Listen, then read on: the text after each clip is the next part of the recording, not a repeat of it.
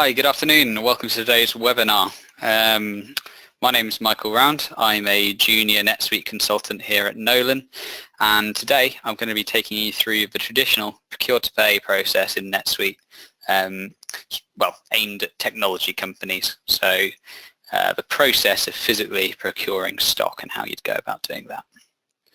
So the general agenda for today's webinar is we're going to take you through traditional procure-to-pay process overview. We're going to have a look at the general ledger and inventory impact around all the different steps in the procurement pipeline. And then finally, we're going to have a look at some automated features in NetSuite for inventory replenishment around reorder points and preferred stock levels. So to start off, we're going to just have a look at the overview of the traditional procure-to-pay process overview. So typically in a wholesale or a standard business environment where you need to procure stock and to sell it, you first would raise a purchase order to send to your particular vendor, to the vendor you're purchasing on. So you raise a purchase order wanting to buy goods. Once that's actually reached them, they will hopefully acknowledge it and send you the goods out. We then need to create an item receipt and physically receive the goods into our stock. After that, traditionally what we'd do is we'd receive first and then bill afterwards. Again, we can merge these, we can do them at the same time, we can bill before receipt, but this is a traditional pipeline. Next, we would raise the vendor bill so that we acknowledge it on our accounts payable. And finally, we'd process a bill payment to actually go ahead and pay that bill and clear it from our accounts payable. So that's pretty cool. So at each of these individual steps in the procurement pipeline, there are typically one of two impacts to consider, or sometimes both. So you have to consider what the GL impact is at each stage and what the inventory impact is at each stage. So through raising the purchase order, fulfilling, creating an item receipt, raising a bill, and actually physically paying the bill, there'll be effects on the GL impact on the asset accounts, accrued purchase accounts, accounts payable, VAT on purchases, and your bank accounts. And obviously your inventory impact when you're actually receiving goods and placing an order for goods, your quantity on hand, quantity on order, and quantity available for your particular pieces of inventory will alter as well. So we'll have a look at exactly how these are affected throughout the pipeline. Finally, as mentioned before, we'll just go over NetSuite's built-in automated items to order page, which picks up on the preferred stock level and reorder points that were picked up on your that are associated with particular inventory items, and allows you to bulk process purchase orders around these levels. So it's really quite good because you actually set up the items with a purchase price and a preferred vendor and a reorder point. The system will actually flag you and tell you when you need to order items. We can actually advance on this a little bit later on. Unfortunately, we're not going to go into today's seminar, but we can actually expand on this using time-phased and demand and supply planning, things like that, to actually calculate exactly when you need to order your goods. But okay, let's hop into a demo and we'll start off. So if I just hop into my demo account, what I've done is I've loaded into my my Nolan WD account, so Nolan wholesale distribution. So we're selling Power Edge servers. I notice that I'm logged in as the purchase and inventory manager. So under this role, we typically have someone who analyzes the stock levels, raises purchase orders to make sure that we always have goods to sell on to our customers. As I said, the items that we're going to be looking at today is the stock levels of our Power Edge servers. So you can see here, we've got a little safe search here, actually reporting on 4 pieces of items that we have in stock that are all Power Edge servers, all of different types, all of a different price range. What you'll notice though, that each one has been actually assigned a reorder point. Some of the cheaper servers, like the T30 and T630, have been assigned a higher reorder point, mostly because we're more likely to actually sell them, so it costs us less to actually keep them in our stock. And some of the more expensive servers, such as rack servers, we've got less in stock or less for our reorder point at any one time. Notice that for the tower server, we've actually got 30 on hand and 15 committed, and for the mini server, we've also got 50 on hand. However, for the rack servers, we've got none in stock, which means that we probably need to go ahead and process a purchase order. So there are a number of ways that we can actually view items to order or view inventory stock levels. From our purchasing inventory manager role, we can simply go up to inventory, lists and items, and you can get a full report of all of the inventory in your system, and you can dive into it that way. You can create save search, such as this one, to display that information in your dashboard. You can make these dynamics, add filters, and again, you can review reports, such as, if we can find it here, inventory and items. You also have things like stock ledgers, which go over into more financial detail. It reports on your your inventory items in a greater financial capacity. So what we're going to do is, we know right off the bat that we haven't got any PowerEdge rack servers in, and it suggests at all times that we should probably have 5 in. If we just dive in here, we can take a look at that, and all this information can be edited in this page. So if we scroll down, there's obviously a load of fields on this page. Some of them we don't need, but here we can see that our reorder point for one of our locations is 5, and our preferred stock level is 10. So let's go ahead and we'll raise a purchase order for 10 units of the PowerEdge R230. Now, there's a couple of ways that we can raise a purchase order, and it really begins with who we're going to be raising a purchase order for, so who we're physically going to be buying the items from. In this case, our preferred vendor for the PowerEdge R230 is Fusion.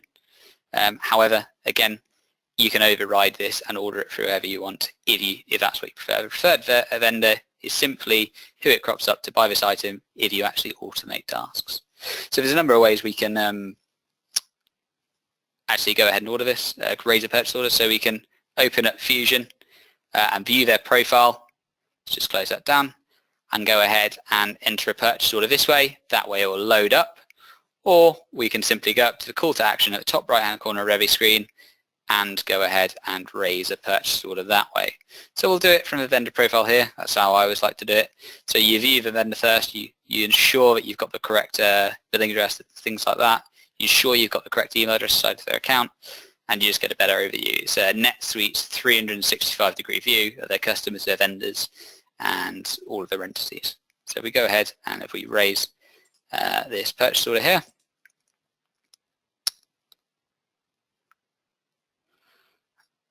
we will see that this will pre-fill a load of information. So what we can see is this has automatically created a PO number for us, 13521, and it's pre-filled in Fusion. By pre-filling Fusion, it's actually brought in the vendor's subsidiary that it belongs to, and the location and things like that as well, which is pretty cool. So you'll notice there's a couple of the fields here that if we have a business model where we have purchase contracts, per se, we can go ahead and edit purchase contracts and things like that. If we've got a memo for this purchase order, a short description just to show the person who's purchasing it, we can add that there as well. Again, if you're using your classifications, you can go ahead and fill in your classifications. These again can be done dynamically by setting workflows on the particular records.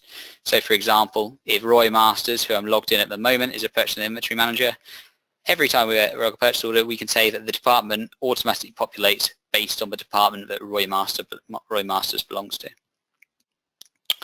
So again, we can go ahead and just fill in the department and class. So classifications are really only for 2 things. They're for reporting, when you're actually doing your reports, and this is financial reports, stock reports, all sorts of reporting in the system, and they're for restrictions as well. So it's always good to fill them in. So once we've filled out the bulk of the purchase order, which you'll notice that NetSuite has already done for us because we've created it from the vendor side of the screen, we can go ahead and add the line items that we want. So we can either come down to items and start typing PowerEdge, and it'll pick up everything, it'll index everything in our inventory that begins with PowerEdge and start bringing it in. Or again, there's a couple of options. You can search, you can do an in-depth search and actually pick up on things. You can view a proper list, or you can even create the item, a new item by clicking plus. So let's just go ahead and we'll add a PowerEdge server. It was a rack server, wasn't it? The R230. It's perfect. And notice what this will do is this will bring in the sales description.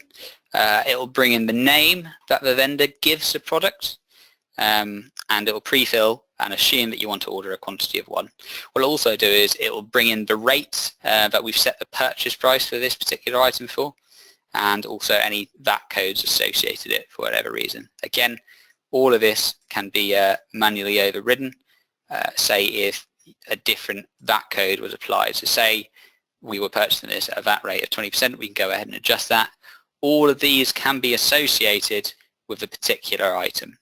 Okay, so say for this particular item, we want to see what our preferred stock level is. We can go ahead and just open this. We could add it as a column here, but what we're going to do is we're going to go ahead and open this in a new tab and figure out what our preferred stock level is so we can go ahead and order to that effect. So let's scroll down to the bottom. We can see London, that our reorder point's set to 5 and our pre-orders preferred stock levels set to 10. So let's go ahead and we'll just bite the bullet and order 10 of these, just so we're full on stock, ready for the season. Okay, once that's done, we can have a look through the shipping information. And of course, there's a load of information we can add here. We can add shipping methods, things like that.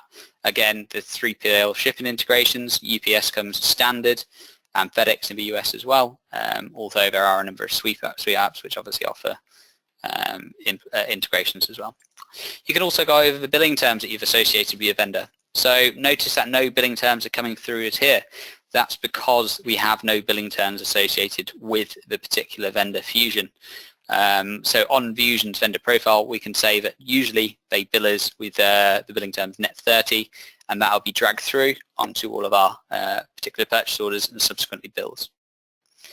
However, we can go ahead and just select that manually as well, whether it's net 15, net 30, net 60, or some other more complicated methods. Let's just do net 30 for now. And again, there's a load of other tabs you can add. The great thing about NetSuite is it's completely customizable to your industry.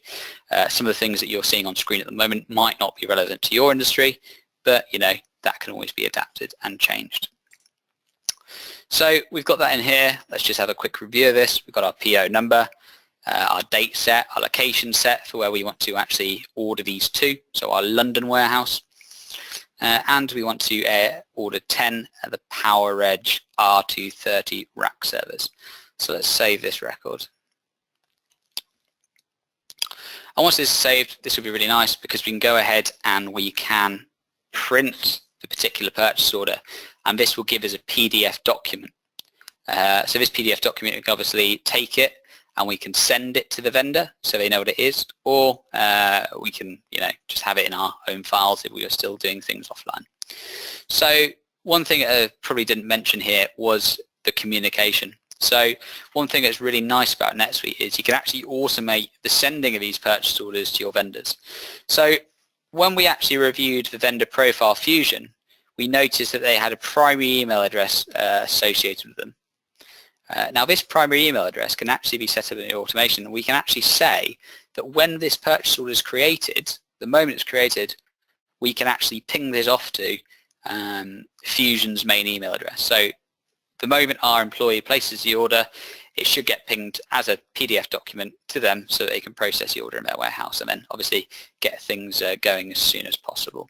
Again, this can be specified on the vendor profile. So on Fusion's vendor profile, it's set to not be emailed. However, we could have overridden that, send it out however we want. If we've simply forgotten about that and it hasn't gone, no worries. We can again send the purchase order directly from the purchase order record to the vendor by simply hovering over our call to action button and selecting email. This will launch a quick pop-up and it will pre-fill in all the vendor's information, which is really nice. So it already knows it is going to Fusion and it knows Fusion's email address. It's already attached the transaction that's associated with. So that PDF purchase order is already attached to there. And we can attach extra documents if we like. And again, it's given us a blank message here. But if we have any templates that we want to store, we can go ahead and we can pick from some preset templates, so our supplier template, and it would ask, say, we want to verify our open purchase order view. This probably doesn't make sense, but again, this could be we would like to purchase this item from you or this set of items from you.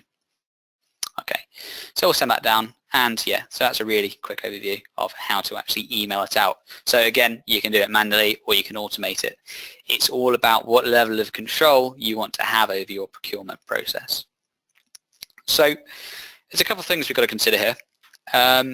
And we talked about it briefly before in our last slides, and there's two main things to consider whenever you're raising something in the procurement pipeline. So the purchase order actually has no GL impact. And what I mean about that is if you actually hover over actions and you head to GL impact, what you'll notice is that it'll actually give you a heads up about what accounts it's posting to, but these are non-posting, which is really quite cool. I suppose the main effect that you have with when raising a purchase order, because it has no financial implications, it's just a request for an order, it actually adjusts your inventory stock levels very slightly. So there's a number of ways we can see this. Again, we could add a column here so you can see how many we have on order. We could open up the item and review the item record in here. Or again, remember we had that quick little dashboard on the home screen. If we give this a refresh, we can see that now the PowerEdge R230 rack server, we've got 10 on order. So there's a number of different ways you can do it. It's very, very flexible. So that's the GL impact and the inventory impact of the purchase order. So what's next? It's actually physically receiving the item. So our purchasing and inventory manager has done their job, or as far as I can tell, they've actually been aware that they're short of inventory. They've gone ahead and they've raised the purchase order to the supplier. The next time we see this order is one of two things. The vendor will probably send us a quick response back, which will flag up in communication if they reply to our purchase order email saying, thank you for your purchase order, we'll be processing this now. In that way it can be updated by our purchasing manager or our credit controls, whoever's duty it is to actually review and update that. But the next point in our procurement pipeline is to physically receive the goods into stock. So we've requested them and hopefully they'll be shipping them out soon. So to do that, it's probably best to change roles, and we'll probably change roles into our warehouse operations manager. And notice that this dashboard will be just structured a little bit differently than the procurement manager. So rather than giving a heads up on stock levels, this is more geared around late shipment of orders and orders to receive. So it puts the relevant information in front of the correct viewer. So Christopher Parsons wants to see a different view than our procurement manager, Roy Masters. So there's a couple of ways we can do this. Again, we could have had custom records or custom portlets here that gave us a heads up, or these reminders tabs are really, really useful in NetSuite. So I view reminders almost like a to-do list for the user who's actually operating a NetSuite account. So notice that we've got 33 orders to receive now, so that's jumped up by 1. So we can simply come into orders to receive, and notice there's a load of other things here, but what we're looking at doing is we're looking for orders to receive. So this will go through to our page of orders, or of purchase orders that we know that have been sent to vendors that haven't been fulfilled yet. And we can say there's a whole load in here. And again, there's a couple of ways we could do this. We could drop in the purchase order number, that number 13521 from the purchase order that we've just raised there, and that will go ahead and review it. Or we can do things like we can filter it. So say if we wanted to only see purchase orders sent to Fusion, it can really cut down the list and give you that high-level overview of exactly what we've ordered. So we see we've got an order here that was raised on the 27th, which was today. Luckily, Fusion do same-day delivery. The future is nice, so we can go ahead and we can receive that now. Notice as well, we can do a couple of different things. Before we receive it, we can actually hop back on to the purchase order record and review exactly what we're receiving. This warehouse operations manager actually has the ability to edit purchase order transactions, but what we can do, because the roles in NetSuite are fully customizable, again, we can restrict those permissions to only give each role what they need to see. So if we don't want the warehouse manager to be able to edit purchase orders, only view them and only receive them, we can do that. If we don't want them to even be able to view them, I'm sure we can manage that as well. So yeah, we can pretty much configure the system however we like. So what I'm going to do is I'm just going to receive this order, and we can see it's as quick as a one-click process. So we'll just click receive, and this will load up our item receipt form. There's a couple of different things we can do with this. Notice again, it pre-fills in a lot of information. So it pre-fills in the vendor name, it pre-fills in the purchase order that's being created from, and the date as well. Again, you can backdate this to say it's actually received at an earlier date. You can manipulate this to how you like. One of the most important things is you can actually choose the location that you're receiving it in. So if you have multiple warehouses or multiple places you keep stock, you can again receive it into different places. A good example of this is if you didn't have multiple warehouses, perhaps you had a storefront and a warehouse, and you often from time to time receive stock into your actual storefront. You can go ahead and do that there. So you can really segment where the inventory is actually held. It gives you that granular level of detail over your stock. Again, you can write a memo field here. You see the consistency is really quite nice. So coming down to our main order page, we've got a couple of different options. Again, it tells you what you're receiving in, and it automatically assumes that you're receiving the whole order. But what happens if, say for example, Fusion messed up, say they only sent you 8 by mistake? You can go ahead and you can just go in and say that you've received 8. The only difference this will make is that it will create a part fulfillment against the purchase order. So the purchase order will still be open for receipts, and until the full amount's been receipted or the last bit's been cancelled off, it will still show as open, which is really, really quite cool. Again, it gives you the ability to track over it. What's really nice as well is if the rate's been changed since they've actually sent it to you. So say if you sent a purchase order out for a certain amount, however, when they actually sent the items to you, they said, oh, hang on a second, we didn't charge you 2,500 per unit. We've actually only charged you 2,450 per unit. You can go ahead and, oh, that's too much. Let's just raise it back. You can go ahead and change the rate. And the difference between the rates will actually be logged in the variant. So you'll have a variance account where you can track the difference in the rate, which is pretty cool as well. So receiving is actually fairly good. You've got a couple of options there. You can alter the quantity received and the rate it was received at. Probably the next thing to look at is the ability to track landed costs. And it's really powerful because it's actually held under one tab. We can split it out. So you can actually go ahead and associate landed costs by lots of different means, so a load of standard means, so import fees, handling, shipping, freight, things like that. And you could either drop in a solid amount here, so say if your import fees was £50 or a proportion of it, you can go ahead and drop in a solid amount, and then that would add to your COGS, which is really quite nice. The other thing you can do as well is you can actually opt to attach a transaction to the import fees. So instead of actually just applying it to the thing, you've actually received an official invoice for fees. You can go ahead and drop in that invoice against it. Again, it's tying all these records together, making sure that they all match and you have full traceability from one end of a pipeline to the other. But again, we're not going to say that we have any import fees on here. I should think not, bearing in mind it was shipped within a day.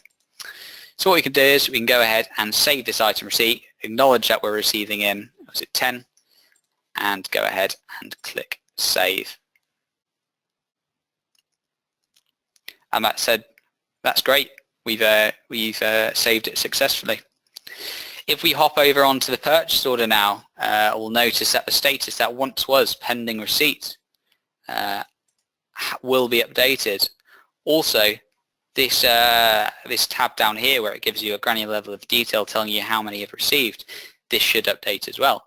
So if we go ahead and we refresh the page on the particular purchase order we've just received against, there we go, the status has changed, so it's no longer pending receipt, it's now pending billing. And we can see that we've received 10 units, however we are yet to bill 10 units. Before we move on to the billing, let's just go back and we'll have a look at that inventory receipt again. Again, because all of these records are held independently of one another, you have full traceability from one end to the last. So there's a couple of ways we can get to this item receipt.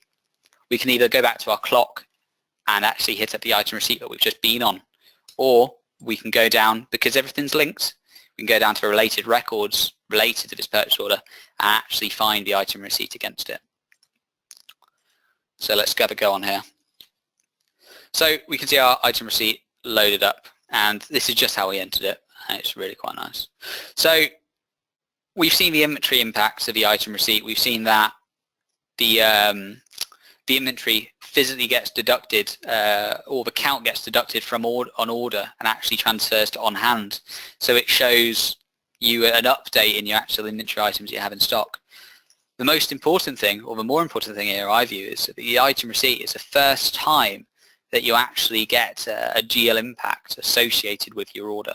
So you physically received goods and now they're on your books.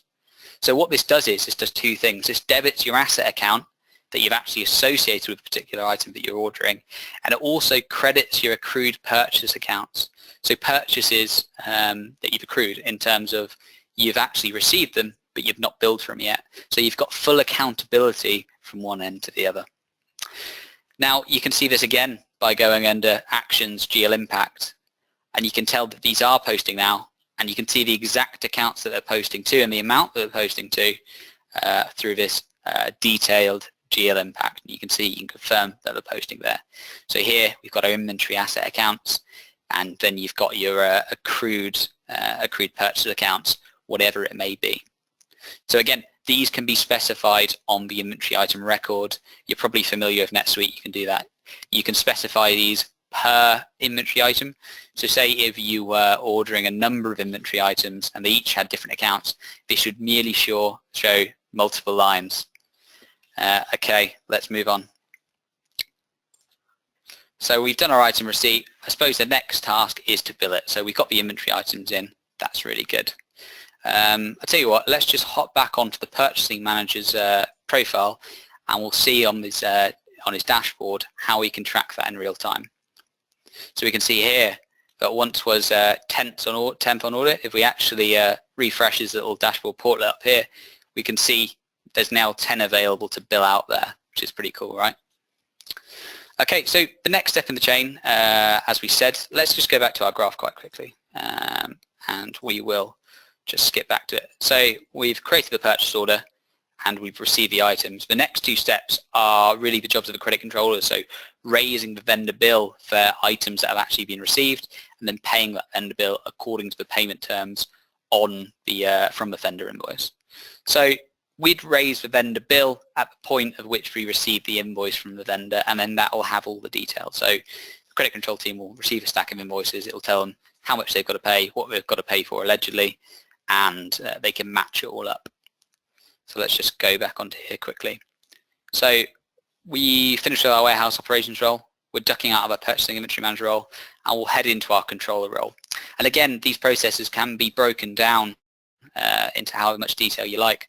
So if you want one role that takes care of billing and one role that takes care of control of paying the bills, we can do that, or you can merge them together. In this case, I find it fairly sensible to merge them together. So just looking at the credit controller's profile, looking at Christine Lively's profile, we can see this is dramatically different. Not only does it change color, again, that's a matter of personal preference. You can see the information that's displayed to her is different. We can see that our KPIs are revolved around sales and bank balances. We can see that we've got top 5 customers by balance and then income by trend, so financial metrics rather than inventory metrics. It gives her the financial ratios that she's interested in. Again, relevant information, or information that's relevant to the user. It's all about taking from the same single database and giving relevant information. You can see how these all work in sync with one another. A similarity you'll probably notice between both the production manager's account and the warehouse operations account is this reminders tab. Again, one of my favorite tabs in NetSuite. Is more like a to-do list. And right at the top there, you've got your purchase orders to bill. Unfortunately, Christine's not doing very well, and she may have received a stack of invoices that she's not processed yet, but we've got 97 purchase orders to bill. So let's go ahead and we'll open this in a new tab, and we'll see what purchase orders we have available to bill for us. Again, this is much like the receipt process. There's a couple of ways we can do this. We can either drop in the order number and it will automatically bill it for us. We can go ahead and we can select multiple invoices and push through a bill that way. Or, much more likely, we can go ahead and we can nominate our vendor, and it will refine the view to what we need to bill. So looking at this, we have 2 outstanding bills from Fusion actually. We don't just have the one. So the purchase order that we've actually just processed is 13521, which is this one, and it's appeared at the top in date order. So we've got 2 options here. We could either open up this and bill it that way, or we can select both and click submit, and then it would automatically bill it for us. So let's go ahead and do it automatically. So we've ticked both of the both of the purchase orders we want to bill, and all we have to do is click submit. And this will go ahead and process that in the background. It's all about automation. It's all about taking clicks away from the users. So again, there was a couple of ways you could have done it. We could have loaded the purchase order in one page and clicked bill. However, we're trying to automate that process. Okay. So again, this is crushed both of the purchase orders onto one bill. It depends exactly how you want to handle it. It's entirely up to the user. So let's actually, it's probably more interesting showing you doing them individually actually. So if we just go ahead and we'll say Fusion. Let's go ahead, just to keep things simple, we'll bill the purchase order that's just created. So again, we could have done it automated. We could have ticked all the ones, crushed them onto one bill, and then press save. However, this way we can just click bill on the record, and it will go ahead and load the bill and drag in the information from this purchase order. Again, this is a good opportunity to display if there's any discrepancies between the vendor bill and the purchase order. We can come in here. So let's go ahead and bill this. So all the information should be the same. Again, you can add the billing information, things like that. Your billing terms will be somewhere, and we can go ahead and click save, and then that will save down the vendor bill. Again, what you'll notice there, I overridden the approval process. We can have approval workflows or approval routings in NetSuite so that bills need to go through certain approval statuses, and these can be completely custom to your industry or to your business. If you need one approver, if you need dynamic approvers, if you need a static approver, if you need multiple approvers, we can handle that. It's really quite easy. So at the stage that we bill it, there's actually no effect on the inventory because all our inventory's been received. Our inventory count now will stay static until we actually go ahead and sell the items and start committing items to orders, which we'll cover in another webinar, order to cash. But from now on, it's all going to be about the general ledger impact. So the step in which we actually build the purchase order is a couple of things that it's done. So first of all, it's actually credited the gross amount of the purchase order to your accounts payable account. The second thing it's also done is it would have debited the net amount back from your accrued purchases, so that debit or that credit we actually saw on the item receipts, it will actually cancel that out. So remember the debit we saw before, so items purchased but not billed yet, it'll just cancel that out, so it'll knock it off. And the final element will be it will debit your VAT amount to your VAT on purchases, so you get a VAT log there as well. Again, these accounts will be depending on what accounts are set up against your inventory item. So depending on what asset, COGS, and all that sort of stuff, what accounts they're actually specified, it'll have a different GL impact based on that. And again, you can quickly review the GL impact by hovering over GL impact and viewing it here. So you can see that we've got the full amounts credited to accounts payable, or the gross amount to accounts payable, and then it split the net and the VAT, cleared off the accrued inventory account, or the accrued purchases account, and added it there to the VAT on purchases account. So hopefully we can claim that back. Okay, that's quite cool. So that's the purchase order build. We've acknowledged that we've got a bill on the system that we probably need to pay at some point. It's like to be net 30, but again, it depends on what your invoice you received at, and we'll just leave that alone. Again, let's navigate back to the credit controller's dashboard. We'll just clear down some windows, and we can see that their bills to pay here, which was 68, will have probably jumped up. Oh no, it hasn't. It's 69. May not have added a payment date in there. So let's go ahead and we'll load up bill payments, and we can probably see that Fusion have got a couple. There we go. So we've got one from the 27th down here. So we need to pay Fusion. Again, it's as simple as clicking bill here, or we can just tick it and click save. Let's go ahead and we'll load up this bill. Or we can just load it from here. Again, there's a number of ways you can do it. You can either do it on the record or through these dashboard portlets. There's a number of ways, these dashboard reminders, but we can go ahead and we can make a payment against this bill. I'll just do that now. Now, what this will do is when we actually make a payment against the bill or the vendor profile, it'll actually bring up all the bills that we've got outstanding for them. The nice thing is, though, it'll actually give us the option to go ahead and part pay it, or while you're here, you can choose to pay multiple at once.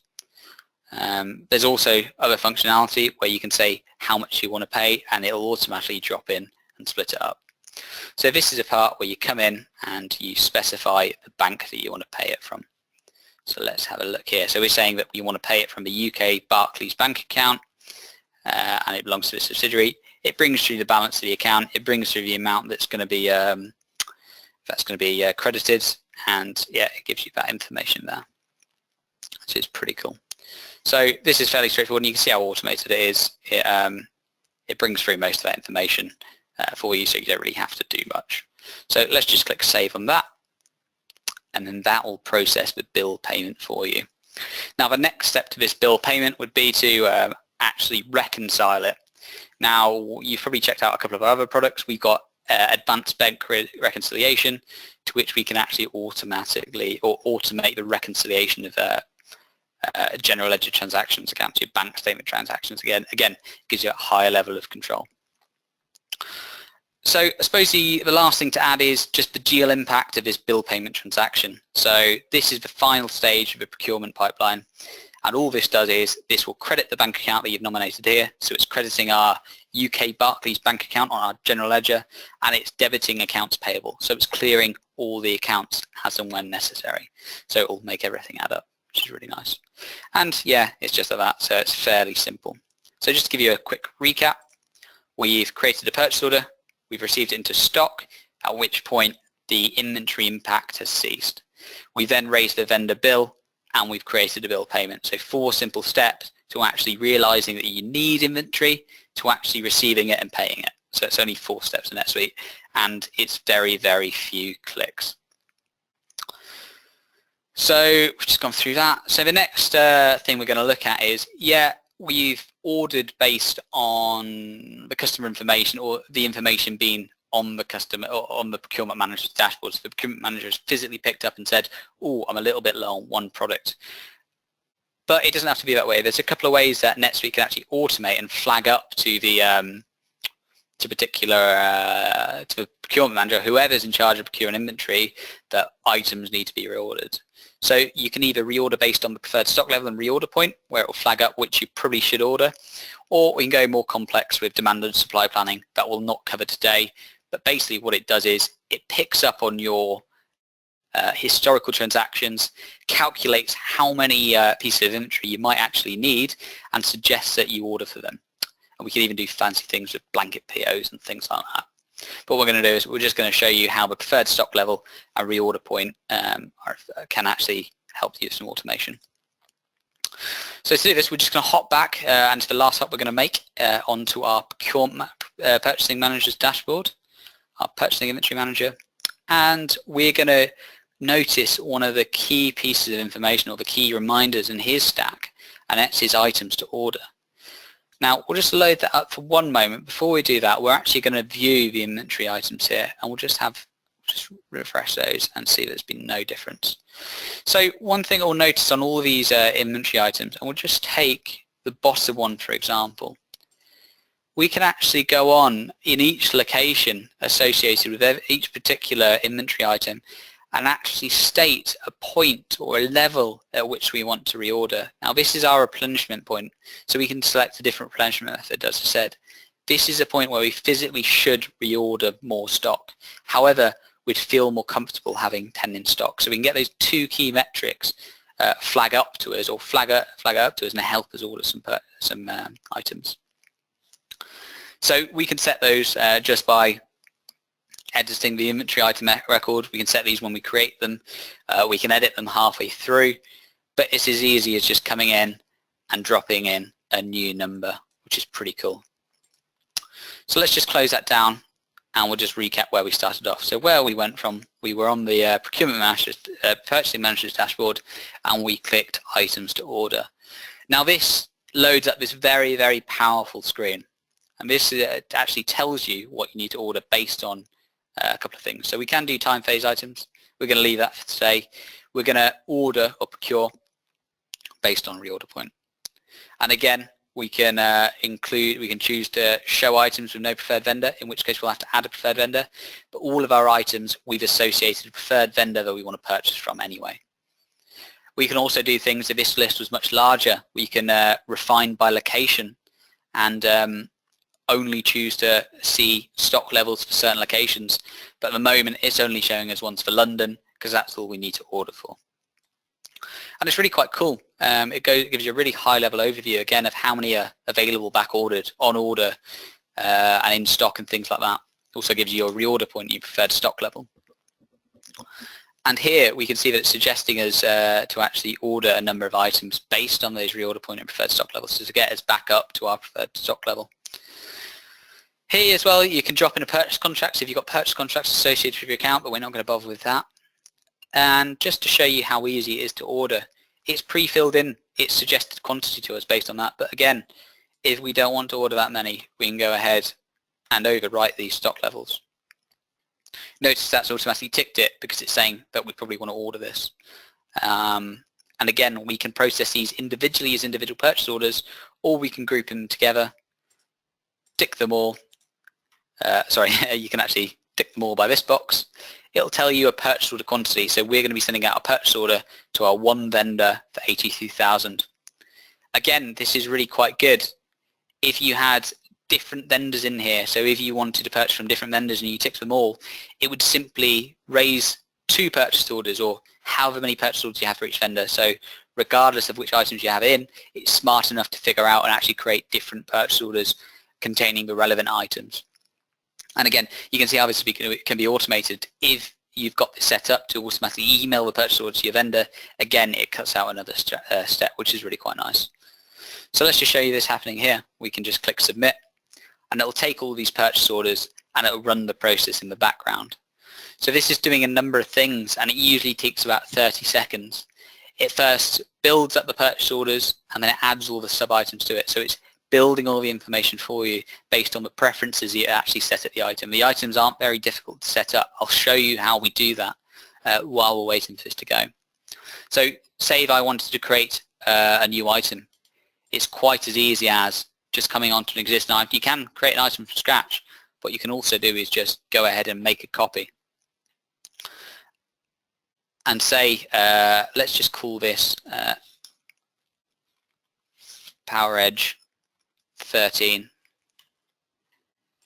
It's as easy as just going ahead and filling in the information, and it will inherit most of the previous properties, but that's as easy as it is. And then that's a new item saved. What we can do is we can see that in real time by refreshing this page, and now the new item will be added to there, and you can see the reorder point's been inherited and made it go to 5. Let's check up on the status of those processed orders. So we can see here, just a moment ago it wasn't started. If we just refresh it, there we go, we can see it's completed and it's been approved. And we can see that a purchase order has been raised for number 13522 for Fusion. And again, because NetSuite you can pretty much drill down into your records, it's pretty smart, it always puts a record in front of you. We can go ahead and select that. And once it loads, we can see the purchase order that's been created for us. It's pulled in the rates that we've associated with all the items, and it's put in the quantities. And that's posted that to them. Well, this particular one hasn't, but we can set up automation where it physically emails them. So that's really nice. So that pretty much concludes today's webinar. Hopefully you've got a pretty good overview on how we can actually automate the procurement process in NetSuite. It's really quite nice. So just to give you a summary, what we've gone over today is we've gone over traditional procure to pay process overview. We've looked at the general ledger and inventory impact along the procurement pipeline at every stage, and then we've had a look at automated inventory replenishment using the replenishment method. So it's a bit of a tongue twister, using the replenishment method of a reorder point. So that's, yeah, hopefully you've got a good insight to that. If you have any questions, I'd like you to, if you could just drop an email to sales@nolanbusinesssolutions.com. You can visit our website, and there's a nice little web form there to which you can actually ping us across some questions. There's also a nice little web chat. So if you log onto our website, you can chat to one of our support agents, and they'll get back to you. And yeah, we can do it that way. But anyway, thank you very much for listening.